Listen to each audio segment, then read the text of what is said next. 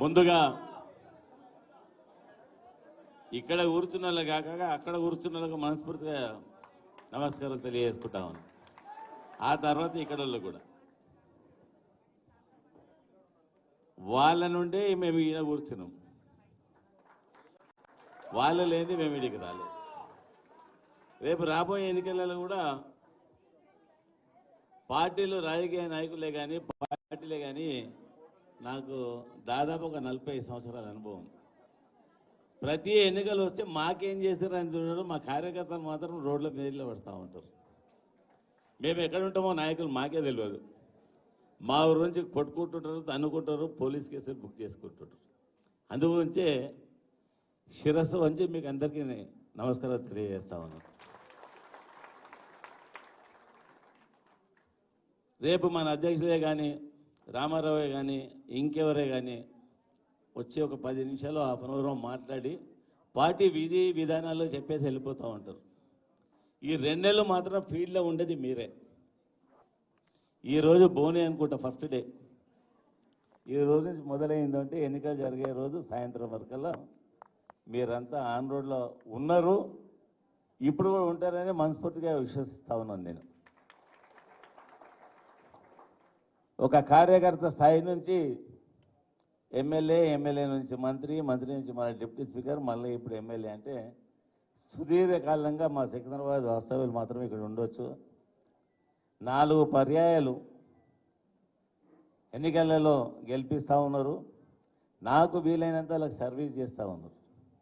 ఈ మధ్యకాలంలో నీలపర్ల టీ దానికి పోతే నన్ను అందరూ మొత్తుకుంటా ఉన్నారు. నా పక్కన కూడా అన్నాను, నీలపర్లు ఉంటున్నాం అంటే ఏం సంగతి ఉంది. ఇప్పుడు నీలపర్ కూడా మా కాన్స్టిట్యున్సీకి వచ్చింది. అది ఇంకో మాట చెప్తున్నాడు పక్కకుండి, నేను కూడా మీ ఓటర్ను నన్ను జాగ్రత్తగా చూసుకో బిడ్డ, లేకుంటే నీ పని చేస్తా అంటున్నాడు మా కేటీఆర్ గారు.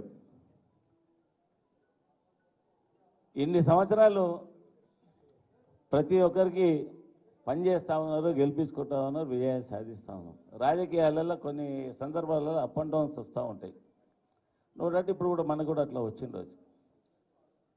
14 సంవత్సరాలు ఉద్యమం చేసినప్పుడే బాధపడలేము మేము. ఒకసారి కింద మీద అయితే దానికి ఎవ్వరు, మా కార్యకర్తలు మాత్రం ఎవరు బాధపడరు, భయం పడరు.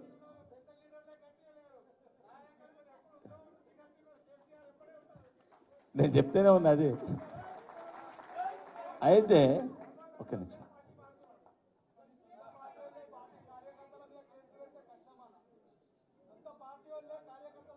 అరే 14 సంవత్సరాలు మనం ఉద్యమం చేసాం, ఈ కేసులకి ఏడే భయం పెడతాం పోయి. కేసుల గీసులకి ఏం భయం పడేది లేదు, ఏం లేదు. పార్టీ అండగా ఉంటుంది, ఏమి ఇబ్బంది పడవద్దు మీరు. ఉండని ఇక సార్,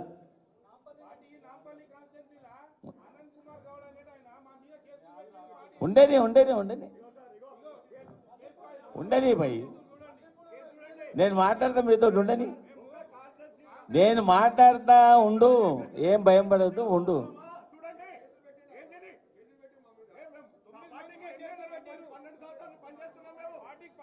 ఈ రాబోయే 55 రోజులు మీరంతా ఫీల్డ్లో ఉంటారని ఆశిస్తా ఉన్నాను. ముస్లిం సోదరులు కూడా मेरे ख्याल से आज 16वां रोजा है, शायद 16वां है ना, 17 है, 15 ఎవరో 16 రోజు అన్నారు.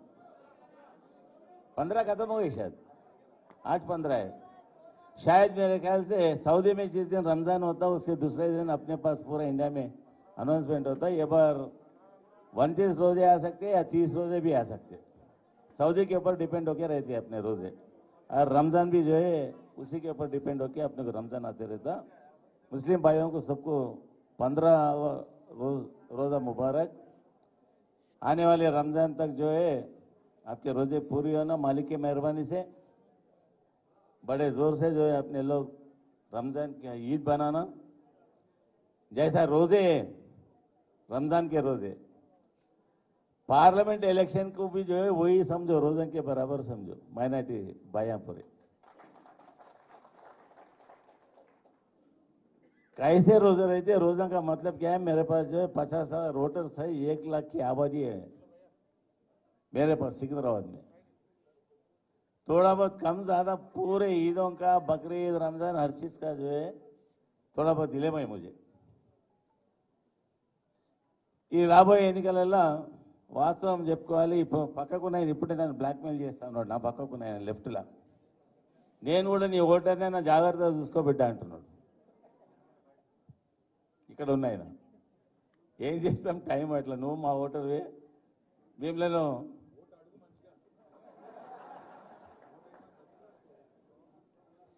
ఏం చెప్పాలి అవసరం ఎలక్షన్లలో మా బాధ అదే కదా. నేను కూడా బతిమలాడే ఏదో ఉంటే బతిమలాడతాం, మీ ఇంటికి కూడా వస్తాం, ఓటు అప్పీల్ చేస్తాం, ఏమి ఇబ్బంది పడదు. ఆ మాత్రం ఓపికే ఉన్నది. ఇంకా మీరు ఇచ్చాక ఓటు ఏమైనా అప్పీల్ చేస్తాము. రూపాయలు పోయి ఊరికి అవన్నీ వద్దు. మొట్టమొదటి రోజు మీటింగ్లో ఎందుకు పోయి కొద్దిగా చక్కగా ఉండండి. అయితే నన్ను ఈ మధ్య నేను సార్ పిలుస్తుందంటే ఎందుకో ఏమో నాకు అనుమానం వచ్చింది. ఏంది నాకు టైంకి టైం బాగలేదా, ఏం సంగతి ఇట్లా అని చెప్పేసి. రామారావు గారు హరీష్ అన్న ఢిల్లీలో ఉండేది, ఒకసారి ఢిల్లీకి వచ్చిపోను అని చెప్పారు. ఢిల్లీకి పోయిన ఏంటంటే పార్లమెంటరీ ఎలక్షన్ నిలబడాలంటే వాస్తవంగా భయం పడ్డా నేను ఎప్పుడు ఆ 4 గోడల మధ్యలో ఉన్నాయంటే సికింద్రాబాద్కే పరిమితం అయినట్టు. అంటే నన్ను గెలిపిస్తూ ఉన్నారు, మంచి చెడుగా ఆ ప్రజానీకం ఎంబడి ఉండాలి, మా లీడర్ మా నాయకుడు మా ఎంబడి ఉన్నాయని వాళ్ళకి ఆత్మవిశ్వాసం నమ్మకం ఉండాలి. అప్పటిదని చెప్తా ఉన్నారు 2 గంటలకు 3 గంటలకు పోయినా అందుబాటులో. నిజంగా 2-3 గంటలకు కూడా అందుబాటులో ఉంటాం. ఆ పాన్ వేసుకోవాలి, ఇరానీ ఛాయ్ తాగాలి, అక్కడ కూర్చోవాలి. నాకు నిద్ర కూడా పట్టదు. ఒకటి అదో రోగం ఉంది నాకు, ఏ రోగం లేదు కానీ నిద్ర రోగం ఉన్నది. ఇంటి దగ్గర కూర్చుంట ఎవరికైనా కానీ పొద్దున్న కలుగుకున్నా కానీ డే మొత్తం కలుగుకుంటే నైట్లో మాత్రం ఖచ్చితంగా పద్యాన కలుస్తాడు అని చెప్తారు. నా పద్మవరం మా ఇంట్లో మర్చిపోతారు, నేను కూడా మర్చిపోతున్నాను. పద్మవరం అనే పేరు ఎక్కడో పోయింది, అంత పద్యాన అంటే ఎక్కడ నేను రాసినప్పుడే పద్మవరం రాయాల్సి వస్తుంది, మిగతా అంత పద్యాన్నే అయిపోయింది. మీరంతా కూడా అంటే చెప్తా ఉన్నారు, అందరూ చెప్తా ఉన్నారు ఖచ్చితంగా కష్టపడాలి, చేయాలి. కష్టపడింది చేయండి. మనం ఈ సాయుధానికి ఏడికేరు వచ్చినాం. మనం బాగా కష్టపడ్డారు మీరు, ఇప్పటి కనుక కష్టపడుతూనే ఉన్నారు. నేను అగైన్ మళ్ళీ రిపీట్ చేయని మీరు కష్టపడాలని చెప్పేసి మా కళ్ళతో చూస్తూ ఉన్నాం. ఒక 15-20 సంవత్సరాలు చూస్తూనే ఉన్నాం మీ కష్టాలు ఎంత. ఇవాళ కొత్తగా ఏం చూడాలి. కాకపోతే ఇప్పట్లో మరి ఈ మధ్యన కొన్ని రాజకీయ మార్పులు జరిగినాయి. ఆ రాజకీయ మార్పులలో సరే ఇవన్నీ ప్రపంచవ్యాప్తంగా జరుగుతూ ఉంటాయి, భారతదేశంలో జరుగుతూ ఉంటాయి. ఒకప్పుడు బీజేపీ పార్టీ 2 ఎంపీలు ఉండేది, ఇప్పుడు 10 సంవత్సరాల నుంచి రూల్ చేస్తూ ఉన్నారు. కొన్ని సందర్భాల్లో ఇటువంటి సహజం ఇవన్నీ జరుగుతూ ఉంటాయి. దానికి మనం భయం పడేది లేదు, మైదానం ఇడిసి పారిపోయేది లేదు. టీఆర్ఎస్ ప్రతి కార్యకర్తకు నాయకునికి ఎన్నికల్లో ఏదైనా క్లిష్టమైన పరిస్థితులు వచ్చినప్పుడు చౌరస్తాపై నిలబడి ఫైట్ చేసే గుండె ధైర్యాలనే మనకు, మా సోదరిమణులకునే, మాకునే, మా కార్యకర్తలకు. No doubt up and downs అయితే అని చెప్పినాం కదా, ఈసారి కూడా అయినాయి.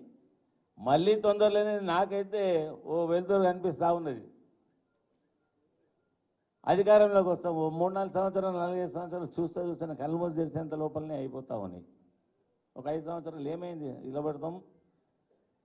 ప్రజా వ్యతిరేక విధానాలు అవలంబించి మా ప్రజానీకానికి రేపు విద్యుత్తే కానీ వాటరే కానీ ఇంకేదైనా ఇదైతే ఖచ్చితంగా పోరాటాలు చేసిన మనుషులమే మేమంతా, మీరు మేమంతా జంగ్ లడింగే లేకిన్ పిచ్చే నహీ హటేంగే, జంగ్ లడింగే మగర్ పిచ్చే హటేంగే. ఇలా బార్డర్ మీద సైనికులు ఉంటారు. ఏ రోజు ఎప్పుడు ప్రాణంతో ఉంటాడో లేదో తెలియదు. మీకంతా బహుశా తెలిసిన విషయాలు ఏమో, వారప్పుడే అక్కడ ఇది ఉండదు. ప్రతిరోజు మొన్న ఎప్పుడో ఫైరింగ్ జరుగుతూ ఉంటే మన సైనికులు చేస్తూ ఉంటారు, ఇది అవుతూ ఉంటారు. అందరు ఏమనుకుంటారంటే వార్లు అయినప్పుడే, యుద్ధాలు అయినప్పుడే, అట్లా కాదు. అది బార్డర్ మీద నిరంతరంగా 365 రోజులు నడుస్తూనే ఉంటాయి. మళ్ళీ వాళ్ళ జనరల్ మన జనరల్ కూర్చుంటూ ఉంటారు, మాట్లాడుకుంటుంటారు, మళ్ళీ కొలిక్కి తెస్తూ ఉంటారు. అట్లాగే మీరంతా కూడా రాబోయే పార్లమెంట్ ఎన్నికల లోపల ఒక సైనికుల్లాగా పనిచేస్తారని మేము చూసినాము, మళ్ళీ చూస్తూ ఉన్నాము, ఇక ముందు కూడా చూడబోతూ ఉంటాం. పార్లమెంట్ ఎన్నికల్లో ఏ దానికి ఇబ్బంది పడే అవసరం లేదు. మేము కూడా పారిపోయే క్యాండిడేట్లు కాదు. ఎప్పుడేదైనా ఉంటే మీకు ఏ ఇబ్బంది వచ్చినా నాకు ఫోన్ కొట్టండి, ఓ 2-3 నంబర్లు మీకు ఇస్తా. ఒక్కోసారి నేను రాలేని పరిస్థితి ఉంటే నా స్కానింగ్లో మా నాయకులను కూడా మీ దగ్గర పంపిస్తాను. నేను సిటీలో అదృష్టం కొద్దీ మాకు 6 మంది ఎమ్మెల్యేలు ఉన్నారు. క్యాండిడేట్ రావాలి అని మీరు ఏమి ఇబ్బంది పడే అవసరం లేదు. 24 గంటలలో ఎప్పుడైనా వచ్చినటువంటి ఇమీడియట్గా మా ఎమ్మెల్యే మీకు కళ్ళ ముంగట్టు ఉంటాడు. ఒకవేళ ఇప్పుడు జూబ్లీ గోపి ఉన్నాడు, గోపి గట్టు లేకుంటే అందుబాటులో పక్కకున్న ఎమ్మెల్యేని మళ్ళీ పంపిస్తాం, లేకుంటే మేమే వస్తాం. మళ్ళీ మీరు మాత్రం ఈ 5 సంవత్సరాలు గుండె ధైర్యంతో పనిచేస్తారు, చేయండి. ఈ ఎన్నికలలో పార్లమెంటులో విజయాలు సాధించి కొన్ని సీట్లలో మనం విజయాలు సాధించి చేస్తే కేంద్రంలో కూడా మనకు ఏదైనా కానీ తెలంగాణకే కానీ మనకే కానీ ఏదైనా ఉంటే మాట్లాడే సభ్యులు ఉంటే ఇంకేదైనా విజయాలు సాధించే అవకాశం ఉంటుంది. ప్రాణాలకు సైతం వెనుకాడకుండా మన నాయకుడు అప్పుడు వచ్చి తెలంగాణ సాధించుకున్నాం. ఇవాళ చాలామందిని చూస్తూ ఉన్నాం. ఆ మధ్యనే మీకు అందరికీ బాగా తెలుసలేదు, ఎన్నికలలో ఒక మాట అనుకుంటూ పోతే అమిత్ షాను ప్రెస్లో ఒక క్వశ్చన్ అడిగారు. అరే ఏమి మీరు ఇవన్నీ చెప్తా ఉన్నారు, ప్రతి ఎన్నికలలో వాగ్దానాలు చేస్తూ ఉన్నారు, మళ్ళీ మీరు ఇంప్లిమెంట్ మాకు కనిపిస్తలేదు ఏంటని చెప్పి ప్రెస్ సోదరులు అడిగితే, మీరంతా బహుశా మీకు అంటే నేను వాట్సాప్లో వేపిమంటే వేపిస్తాం. ఆయన ఒకటి ఇవాళ భారతదేశం 2వ ప్రధానమంత్రి ఉంటాడు, ఆయన అంత ముఖ్యమైన వ్యక్తి. ఆయన ఏమంటాడంటే ये सब इलेक्शन के मुद्दे सब बातें बोलते लेकिन कुछ भी नहीं करते అని చెప్పాడు. జుమ్లా, ఎలక్షన్ కా జుమ్లా. ఎలక్షన్లలో చాలా చెప్తాము, చేయము, ఎన్నికలకి వెళ్ళడానికి చాలా చెప్తాము అని చెప్తాడు తెలుగులో ఆయన. ఇక అది వాళ్ళ పరిస్థితి. కాంగ్రెస్ క్యాండిడేట్ గురించి నేనైతే నా నోటి నుండి మాట్లాడదలుచుకోలేదు. మీరు అందరు చెప్తా ఉన్నారు, నాకు మీరు కొద్దిగా ఇబ్బంది పడతా ఉన్నాం ఆయన గురించి. ఇక కిషన్ రెడ్డి గారు మొన్న ఈ మధ్యన సార్ దగ్గర మీటింగ్ పోయినా, మేమందరం నగర ఎమ్మెల్యేలు అందరం ఉన్నాము. మన ఎమ్మెల్యే 1-2 చోట్ల లేకుంటే వాళ్ళు కూడా ప్రతినిధులు వచ్చారు. మా దగ్గర ఏమి డెవలప్మెంట్కు ₹1 కోటి పనిచేయలేదు సికింద్రాబాద్లో. అయితే నీళ్ళ ట్యాంక్ అంటే ఏం చేయాలి, ఎండాకాలంలో దాతలు కూడా పెడతారు నీళ్ళ ట్యాంకులు, ఏదైనా ఎండకి పడితే షెడ్లు ఇప్పిస్తూ ఉంటారు. నా రాజకీయ జీవితంలో కొన్ని వందలే చూసిన ఇటువంటివన్నీ. సమయం దొరికింది కదా, సార్ వచ్చేదాక భోజనం చేసి కూర్చోరని చెప్తే నేను గోపిని అడిగిన, నీ దగ్గర బాగా డెవలప్మెంట్ చేశానంటే మా దగ్గర చేయలేదు అన్నాడు. కాలేరుని అడిగిన వెంకటేష్, ఆయన చేయలేదు అన్నాడు. కనీసం ముషిరాబాద్ అంబర్పేట దగ్గర కదా అని చెప్పేసి ముషిరాబాద్ ఎమ్మెల్యే మా గోపాలన్నని అడిగిన, మీ దగ్గర ఫండ్స్ బాగా మా దగ్గర కూడా పెట్టలేదు అన్నాడు. ఇట్లా అందరు ఎమ్మెల్యే నేను ముందు నా దగ్గర కూడా ఏం పెట్టలేదని చెప్పిన. మా దగ్గర మామిడిపల్లి ఒక ఎంఆర్ఓ ఆఫీస్ రేకులు, ఇక మేమైతే గొప్పగానే భావిస్తున్నాం. రేకుల షెడ్ వేసి ఉండే ఆ మాత్రం అన్న షెడ్ వేసి లేకుంటే ఏం లేదు కదా. అయితే జనరల్గా నాకు తెలిసిన విషయం ఏంటంటే ఎంపీ ల్యాండ్స్ అని అప్పుడు ఒక 5 కోట్లు ఉంటుండే పార్లమెంట్ మెంబర్లు. ఈవెన్ దత్తాత్రేయ గారు కూడా, ఆయన కూడా బీజేపీ పార్టీ ఎంపీ కదా, ఎన్నో హోదాలు ఇంత పని ఓ మర్యాద మనిషి చేసినా చేయకున్నా పాపం దత్తాన అప్పుడు అట్లా పోయింది. ఆయన కొన్ని ఫండ్స్ ఆయన పెట్టిండి అప్పుడు, ఈయన ఆయనతో కూడా లేదు. మళ్ళీ ఎంపీ ల్యాండ్స్ ఏమవుతున్నాయో తెలియదు. ఈ ఎంపీ ల్యాండ్స్ 500 కోట్లు, 5 కోట్లు కాదు, 1000 కోట్లు 2000 కోట్లు అంటే కూడా మన రాష్ట్రాన్ని తీసుకొచ్చే ఎన్నికలు వచ్చినాయి, ఇక మళ్ళీ వస్తూ ఉన్నారు. ఇంకో సంగతి, మా రామ్ మళ్ళీ నా మీద గులుగుతాడో ఏం సంగతి పక్క పోయినాక ఏం లే వేరే మాటలు ఏం చెప్తలేను నేను. జై శ్రీరామ్ అని ఒకటి తీసుకున్నాం. జై శ్రీరామ్ పట్టా సర్టిఫికేటా మీకు? మేము రాము టెంపుల్ లేదా? ఈవెన్ శ్రీరామనవమి కాకుండా ఉగాది నాడు కూడా పచ్చడి చేస్తారు మా ఇంట్లో. ఉగాది నాడు కాదు, శ్రీరామనవమి నాడు కూడా చేస్తూ ఉంటారు. రాముడిని అందరం పూజ చేస్తాం కదా, ఏదో రావణునికి అయితే పూజ ఎవరేం చేయరు అనుకుంటా. నేనైతే అని ఎవరైతే అన్న దాఖలాలు అయితే లేవు. మేమంతా కూడా హిందువులము, ముస్లిమ్స్ ఉన్నారు, వాళ్ళ మతానికి సంబంధించి వాళ్ళు పూజ చేస్తాం. ఇదేదో వాళ్ళకి పట్టా దొరికి అలా పటాకాయుధం చేతిలో పెట్టుకొని తిరుగుతారు. ఇప్పటికి 3 ఎన్నికలు అనుకుంటా. లేదు ఇక రాబోయే రోజులల్లా రామజన్మభూమిని పక్కకు పెట్టి మళ్ళీ ఇంకేదైనా తాకలాడ పెట్టి ఇంకేదైనా భూమి పట్టుకొస్తారేమో డౌట్ కొడుతూ ఉంది. ఇంకేదో ఉన్నదంటే దీని తర్వాత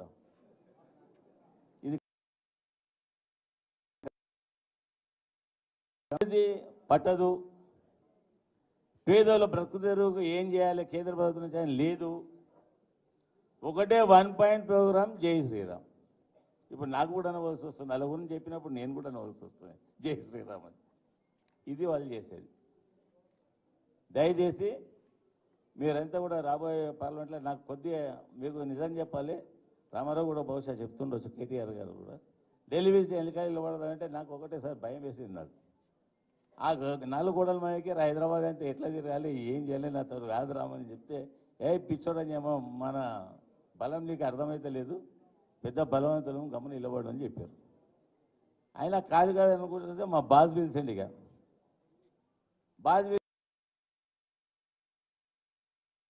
ఒకరిద్దరు అరే తప్పదురా ఇక ఖచ్చితంగా ఆయన అయితే నో అనలేదు, నేను అందరిని అంటగానే ఆయన నో అనలేదు, ఇక ఎలక్షన్ ప్రిపేర్ కావాల్సిందే నేను పోతున్నాను అని చెప్పిన. పోయినా ఆడ చెప్పిండు, అన్నీ మాట్లాడాడు. ఆయన అండ ఉంటే ఈ సికింద్రాబాద్ పార్లమెంట్ కాదు, నన్ను పోయి ఢిల్లీలో పోటీ చేయమన్నా చేస్తాను.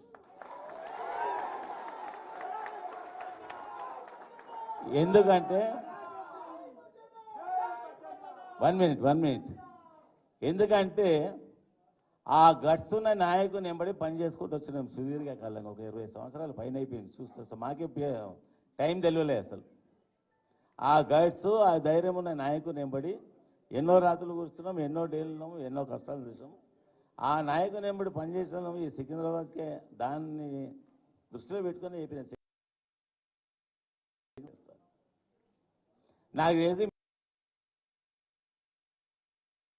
100 మంది కంటే 70 మంది ఢిల్లీ కూడా వస్తారు. ఢిల్లీకి ఎన్నో ట్రైన్లు అవి కూడా చెప్పలేము. కార్లలో పోయినారు ఢిల్లీకి. కార్లలో ఢిల్లీకి పోయే అవసరం అంటే మాట్లాడాలి భయపడడం. కానీ మా నాయకుని ఏం నమ్మకమో ఒక్కొక్క ప్రోగ్రాం తీసాడైతే అది మైండ్లో ఎట్లా వస్తుందో ఏమో అర్థం కాదు నాకు. ఢిల్లీకి వీలైనంత అందించారు. ఆ టైంలో పోయినాం. తెలంగాణ ఉద్యమాన్ని చదివించిన మనము పార్లమెంట్ ఎలక్షన్ మనకేదో లెక్క కాదు అని నేను అనుకుంటున్నాను. మీరేమనుకుంటారో మళ్ళీ నాకు తెలియదు, ఎవరు సపోర్ట్ చేస్తలేరు. ఓ లెక్కనా మనకు పార్లమెంట్ ఎన్నికలు? అట్లా ప్రకటన జరిగింది. జరిగినప్పటి నుంచి నేను కూడా అందరికీ తెలంగాణ జిల్లాలు అన్ని తిరిగినాయి. నేను అప్పట్లో హైదరాబాద్లో ఏందో నేను కూడా ఊహించలే. ప్రమాణంగా చెప్తా ఉన్నా, నేను ఊహించలే ఎంపీ క్యాండిడేట్ అంటే. అప్పుడు అనిపించింది అంటే నాకు కూడా ఇంత క్రెడిట్ ఉంది హైదరాబాద్ సిటీలో అనిపించింది. అప్పుడు కనుక తెలియదు నాకు. జోక్ కాదు, బాగా లేచింది అది. నేను ఎప్పుడు ఆ సికింద్రాబాద్ ఆడనే చేస్తుండే. వీళ్ళందరూ నన్ను తిట్టిన వాళ్ళే, వీళ్ళంతా సుధప్పసలు గారు నా పక్కకు ఉన్న వాళ్ళు. నిజంగా చెప్తున్నా. అది ఇడిసి బయటికి రాడు, ఎక్కడ కనిపించాడు అని చెప్పేసి ఇక ఆ ప్రాంతం వాళ్ళంతా నన్ను అక్కడ నిరంతరంగా నా మీద కొన్ని నమ్మకాలు ఉంటాయి. ఆ నమ్మకం చేస్తూ ఉంటా. ఇక వేరే ఇలా కూడా డేలా గారి వాళ్ళంతా అరే రాత్రికో గైతో కైసా బి మిల్తా అని చెప్పి రాత్రికి పోతే ఎట్లయినా కలుగుతాను. ఇక రాత్రి అందరూ చెప్తా ఉన్నారు స్పీచ్లలో చెప్తుంటే ఇదేం చెప్తాను, ఇదేం అందరూ 3 గంటలకు పోయినా కానీ కలుగుతారు. అంటిగా పండుకునేరా ఇక అట్లా. అంటే మనమే నమ్మకాలు పెట్టుకొని మన కార్యకర్తలు ఎంతో కృషి చేస్తూ ఉంటారు. వాళ్ళకి ఏదైనా సమయం వచ్చినప్పుడు మనం అందుబాటులో ఉండాలి. అవి నాయకునికి లక్షణాలు పెట్టుకోవాలి. మనం నాయకునికి ఆ లక్షణాలు ఉండాలి. నాయకుని చేరిపోతే కలుస్తాడు. భారతదేశ 100కు 100 సమస్యలు మన దగ్గర ఏదైనా మ్యాజిక్ ఉంటుందా? చేయలేము. కానీ ప్రయత్నం చేస్తే ఎక్కువ సంఖ్యలో మనం పరిష్కారాలు చేయగలుగుతాం. దురదృష్టవశాత్తు నా ఫండ్ తీసుకోవాలి అది ఇది అని చెప్పి కొన్నిసార్లు జీవో రిలీజ్ చేయించుకున్నాం. ఈ దుర్మార్గం మళ్ళీ చేస్తారో చేయరో నాకైతే తెలియదు. పైసలు లేవు, పాత పనులన్నీ క్యాన్సల్ అంట. మన పేపర్లో చూసినాను. సరే అట్లా గిట్ట అయిందో అంటే రోడ్డు మీద పడి బిచ్చం అడుగుతాం. ఒక స్కూల్ కట్టాలని ఉన్న బిల్డింగ్లు కొలగొట్టినాను నేను. 30 కోట్ల రూపాయలు మన ముఖ్యమంత్రి గారు అప్పట్లో ఫండ్స్ ఇచ్చేయండి పోగానే.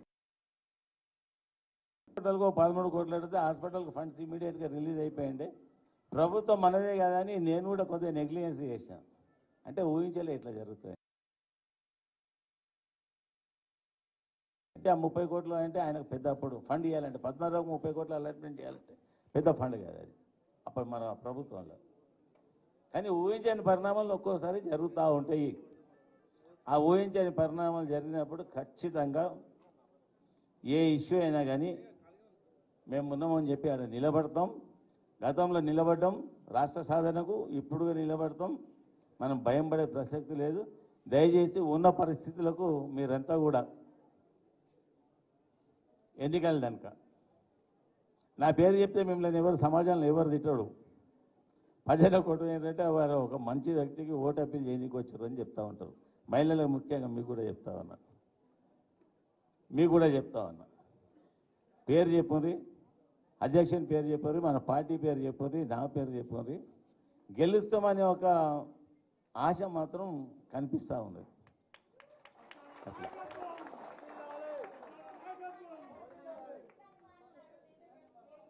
అయితే దీని తర్వాత పార్లమెంటు మెంబర్లు అంటే సామాన్యంగా నేను చూసిన నా రాజకీయ జీవితంలో కనిపించారు మనకు.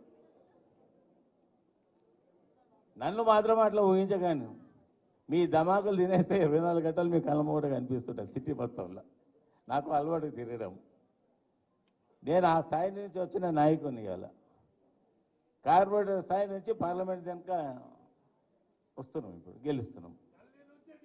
మా వాళ్ళని నా ఎంబడి ఉంటోళ్ళను ఇక్కడ ఉన్నారో లేదో ఈ మీటింగ్లో కానీ ఒక వారం నుంచి రోజు తిరుగుతున్నా నేను. ఎందుకు తిరుగుతున్నా వాళ్ళు ఈ మధ్యకాలంలో ఒక 6 నెలలు 7 నుంచి ఒకటే 1 పాయింట్ ప్రోగ్రాం పెట్టారు.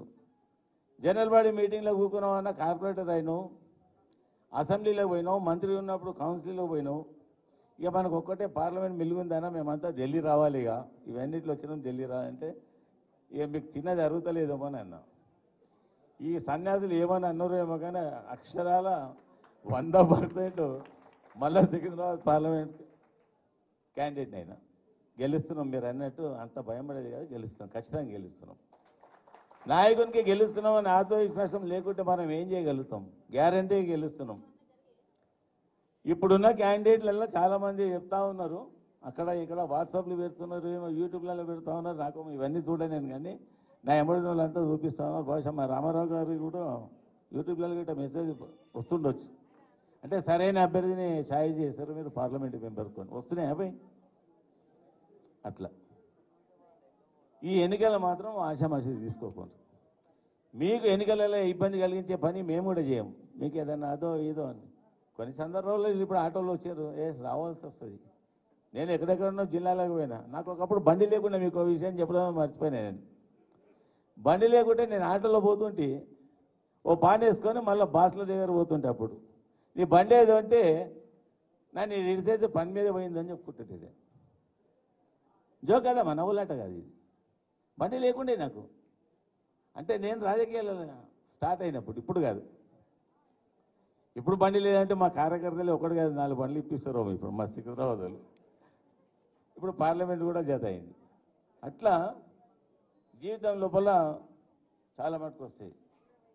నేను ఆ రోజు భయం పడి కాదని చెప్పేసినా కానీ ఇంటికి వచ్చిన తర్వాత ఆలోచన చేశాను. మాది రాజకీయ కుటుంబం కాదమ్మా, మీకు అందరూ కూడా నాది పొలిటికల్ ఫ్యామిలీ కాదు. నా నుండే రాజకీయాలు మొదలైన మా కుటుంబంలో కానీ మా ఖాందంలో కానీ దానికి కారణము మా బాస్. చిన్న బాస్ కాదు, మా పెద్ద బాస్. నాకు మాత్రం ఆయనే బాస్. ఎందుకంటే ఆయన వెంబడి ఉండి అదే అయిపోయింది. ఏజ్లో మాత్రం నాకు కొడుకు లేక నన్ను చిచ్చా అంటుంటాడు, ఇక నాతో ఫుట్బాల్ ఆడుతున్నాడు ఈయన. మీరు అంతనేమో గెలుస్తామో అది ఇది అని చేస్తే పక్క కూకొని నాకు సూదులు కూర్చుతున్నాడు, నాతో కలిసి ఉండు, నేను నీ ఓటర్ను అంటున్నాడు. నిజంగా అన్నాడు ఇది. ఇక దానికి అబద్ధాలు గిట్ట ఆయన ఆడితే నేను ఏం చేయలేను. ఇక పక్క కూకొని నవ్వే డాగేస్తున్నాడు. ఇప్పుడు బ్లాక్మెయిల్. అట్లా గ్యారెంటీగా ఎన్నికలలో విజయం సాధిస్తున్నాం, మనం గెలుస్తున్నాము. కొద్ది ఇబ్బందులు ఉంటాయి. ఈ గతంలో మనం చదివి చూసిన ఇబ్బందులకు ఇది లెక్క కూడా కాదు. మా సికింద్రాబాద్ వాళ్ళంతా ఇక్కడ ఉన్నారు, పాపం ఏం చేయాలి ఓసారి అనిపిస్తూ ఉన్నది. మళ్ళీ వీళ్ళు మా అన్న అక్కడ పోతాడా ఇక్కడ పోతాడని ఏమని అనుకుంటారు. ఎక్కడ పోయినామో ఆ టగర్ బస్సులు నేను నా ఇల్లు ఉంటుంది, మీ ఎంబడే ఉంటాయి, నేను ఎంపీనైనా కానీ మీరేమి ఇబ్బంది పడే అవసరం లేదు. మీరు కూడా ఈ ఎన్నికలలో పార్లమెంటు మెంబర్లు నేను చూసిన రాజకీయ జీవితంలో ఎవరు జనాలకు కనిపించరు. ఎన్నికలు అయిపోయిన తర్వాత మీరు వెనకాలే ఈ నిశాచారుడు ఏంది, ఎప్పుడు ఏ రోడ్డు మీద చూస్తే ఆ రోడ్డు మీద ఎంపీ కనిపిస్తాడు, మా ఎంపీ అని చెప్పేసి. టైం చాలా తీసుకున్నా. మా రామారావు చెప్తాడు, ఇక ఆయన గొప్ప స్పీకర్ అయిపోయాడు. నేను ఇలా మాట్లాడిన వాళ్ళంతా పెద్ద స్పీకర్ను గాను. ఒకప్పుడు మాట్లాడు అని ఈ నెంబర్ చదివితే ఏదో అటువంటి బిడ్డ నాకు మాట్లాడని అన్నావు కదా అని చెప్పి ఒకసారి నన్ను పట్టుకొని డాగేస్తున్నాడు. నిజంగా మనస్ఫూర్తిగా చెప్తున్నది. మాట్లాడు రేపటి నాయకుడు నువ్వే కదా అని ఒక జాగాలో నేను బాగా ఇబ్బంది పెట్టాను. ఇక ఆ మాటలు అయితే ఆ రైలు ఇంజన్ పోయినట్టు పోతా ఉన్నది. ఏ బిడ్డ నేను మాట్లాడాను, ఆ మాటలు రావని అన్నావు అని ఒకసారి డాగేస్తా ఉన్నాడు. ఏడ ఇంపీరియల్ గార్డెన్లో ఇక్కడ ఇస్తున్నా, ఇంపీరియల్ గార్డెన్లో వర్షం పడుతుంది, 2 గంటలు తల్లినాయి బట్టి. అంటే మాకు ఆశ, మా నాయకుని ఫ్యామిలీ మళ్ళీ రాజకీయాలు రావాలి, రేపటి నాయకులు వాళ్ళే కదా అని ఒక ఆశ. ఎందుకంటే బాసమ్మడి తిరిగినాము, అందరి పూట బాసమ్మ. కానీ నేను అన్నాను తప్ప ఇప్పటిదాకా ముఖ్యమంత్రి ఉన్నప్పుడు కూడా నేను సార్ అని అనలేదు. నేను ఇక మాకు నోటిగా అన్నానే అయిపోయింది, అది అట్లనే అయిపోయింది. దయచేసి మీరంతా కూడా రాబోయే ఎన్నికలలో శక్తి వంచన లేకుండా మీ అందరు కృషి చేసేసి పార్టీ రెస్పెక్టు, ఒక బీసీ అయిన నేను గౌడ కులానికి సంబంధించిన నేను బీసీ అంటే మనం అందరమే బీసీలో ఉండొచ్చు అనుకుంటా. బహుశా ఈసారి అవకాశాలు వచ్చినాయి, మనకు యాదవ్లోకి వచ్చినాయి, బీసీలోకి వచ్చినాయి. పార్లమెంట్ ఎలక్షన్లో మన లిస్టు తీసుకొని ప్రకటన చేసినప్పుడు చూస్తే ముజరాయిలోకి వచ్చినాయి. వాళ్ళతో ఒక కంప్లైంట్ ఉన్నాయి ఇంతకుముందు. అందరికీ అవకాశాలు ఇచ్చారు సార్. అవకాశాలు ఇచ్చినప్పుడు వాళ్ళందరూ అనుకుంటా ఉండేది ఒకప్పుడే వీళ్ళు ఎలక్షన్లో వీళ్ళేం కొట్లాడతారని. కొట్లాడతామా, సాధిస్తామా లేదా అని చెప్పి ఎన్నికల రూపంలో రేపు రిప్లై చెప్పే రోజులు అతి తొందరలో ఉన్నాయి. అందరికీ తెలియక ఏదన్నా క్షమించాలి. మీరందరూ కూడా ఇప్పటి నుండి ఎన్నికల తేదీ కనుక ఎక్కడ చూసినా మా టీఆర్ఎస్ సోల్జర్స్ అంతా కూడా రోడ్ల మీద ఉండి గెలిపించే ప్రయత్నం చేయాలి.